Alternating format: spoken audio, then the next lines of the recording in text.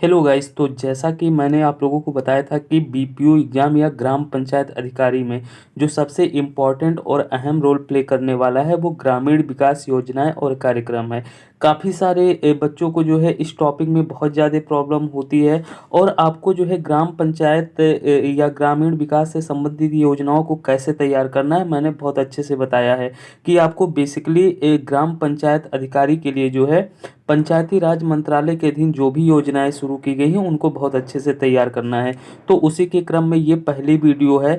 तो हम लोग ज़्यादा समय को ना लेते हुए सीधा जो है टॉपिक पे बात करते हैं, यानी अपनी योजनाओं को देखते हैं और क्रम टू क्रम देखिए ये कैसे जो है आप लोगों को बहुत अच्छे से तैयार हो जाएगा, क्योंकि ये एक ऐसा टॉपिक है जो एकाएक या एक बार में आपको तैयार नहीं होगा। आपको क्या किसी को भी बहुत ज़्यादा प्रॉब्लम होती है, तो इसलिए धीरे धीरे और बहुत ज़्यादा नहीं, थोड़ा थोड़ा करके अगर जो आप इसको तैयार करेंगे तो बहुत आराम से ये जो है टॉपिक पूरी तरह से आपको तैयार हो जाएगी। तो गाइज आज की वीडियो में जिस योजना को हम लोग देखने वाले हैं वो है आरजीएसए, यानी राष्ट्रीय ग्राम स्वरोजगार अभियान, यानी इन शॉर्ट में इसको आरजीएसए भी कहा जाता है।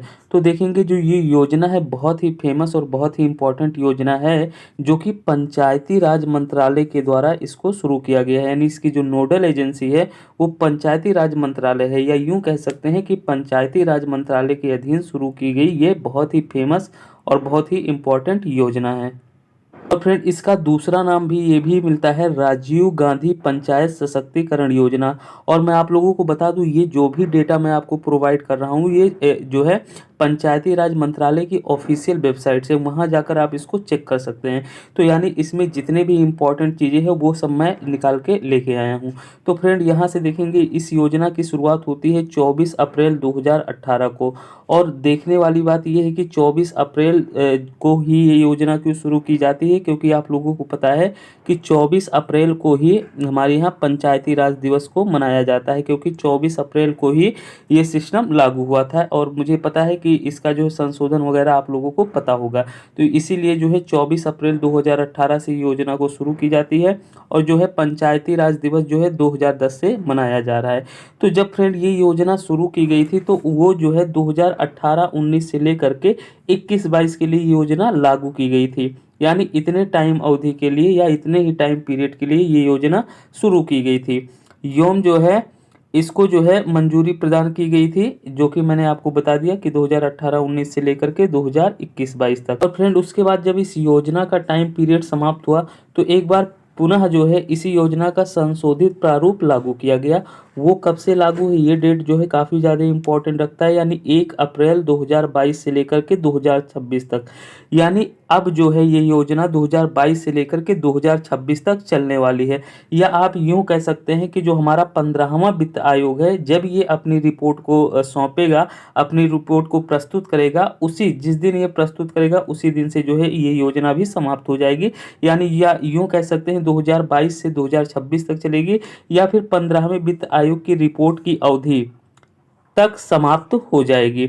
अच्छा, अब देखते हैं कि ये योजना को शुरू करने का उद्देश्य क्या था। तो यहाँ पर आप लोग देख सकते हैं इसका उद्देश्य ये था कि पंचायती राज संस्थाओं की शासन क्षमताओं को विकसित करना, यानी जो पंचायती राज संस्थाएं हैं, जो संस्थाएं बनाई गई हैं पंचायती राज की, तो उनको जो है बहुत ही सशक्त करना और उनकी क्षमताओं में वृद्धि करना और विकास करना, यही जो है इस योजना का मूल उद्देश्य है। अब फ्रेंड जो है पंचायती राज संस्थाओं को कैसे सशक्त किया जाएगा, उनका जो है उनकी क्षमताओं का विकास कैसे होगा। तो आपको पता है कि सतत विकास के लक्ष्यों यानी जो एसडीजी के 17 गोल्स हैं उनको ग्रामीण स्तर पर या पंचायत स्तर पर लागू करना और उसके माध्यम से जो है विकास करना।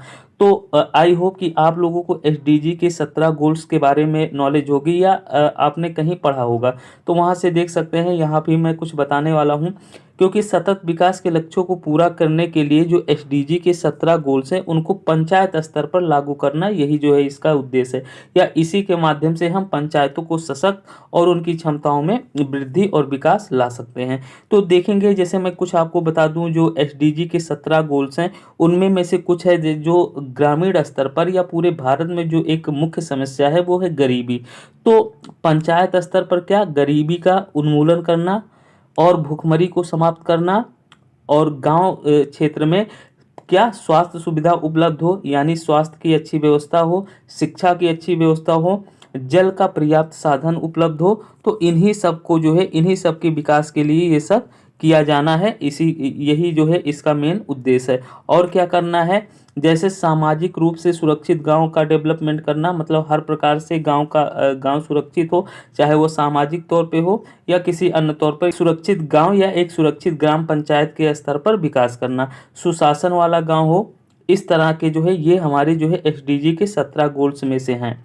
अब बात करूंगा कि इसमें फीडिंग पैटर्न क्या है। फीडिंग का मतलब यानी जो भी इस योजना के माध्यम से जो विकास होगा उसमें जो केंद्र और राज्य का जो बंटवारा है, जैसे मान लेता हूं कि 100 रुपये का बजट आया तो उसमें से 60 रुपया जो है केंद्र सरकार खर्चा करेगी और 40 रुपया संबंधित राज्य सरकार जो है खर्चा करने वाली है। लेकिन जो हमारे केंद्र शासित प्रदेश है वहाँ पर 100% जो है वहन जो है करने वाली है वो केंद्र सरकार करेगी। बाकी जो हमारे पूर्वोत्तर राज्य के जितने राज्य हैं वहाँ पर जो है केंद्र और राज्य का जो अंशदान होगा वो 90 और 10 होगा, यानी वहाँ पर राज्य सरकार 10 रुपया लगाएगी और केंद्र सरकार 90 रुपया। तो इस तरह से जो है इसका फीडिंग पैटर्न होने वाला है।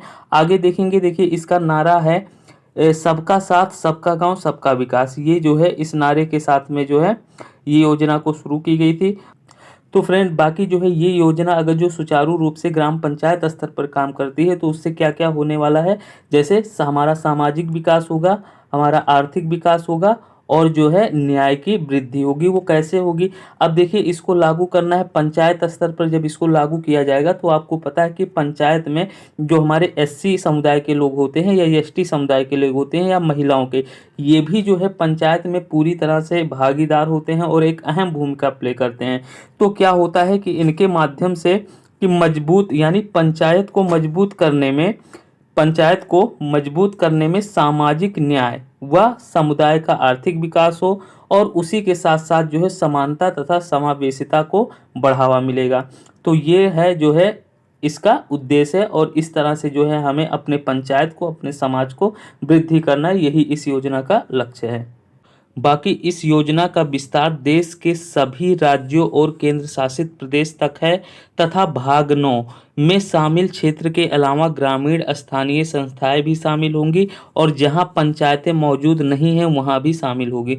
तो फ्रेंड आशा करता हूं कि आपको संविधान के भाग 9 के बारे में जानकारी होगी, जिसमें भाग 9 में जो है पंचायत से संबंधित प्रावधान दिए गए हैं।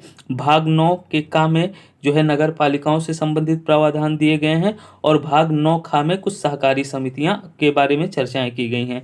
तो और इसका क्या उद्देश्य है, पीआरआई का मतलब होता है पंचायती राज इंस्टीट्यूशन के निर्वाचित प्रतिनिधियों को प्रशिक्षण देना, ये भी इसका जो है मूल उद्देश्य है।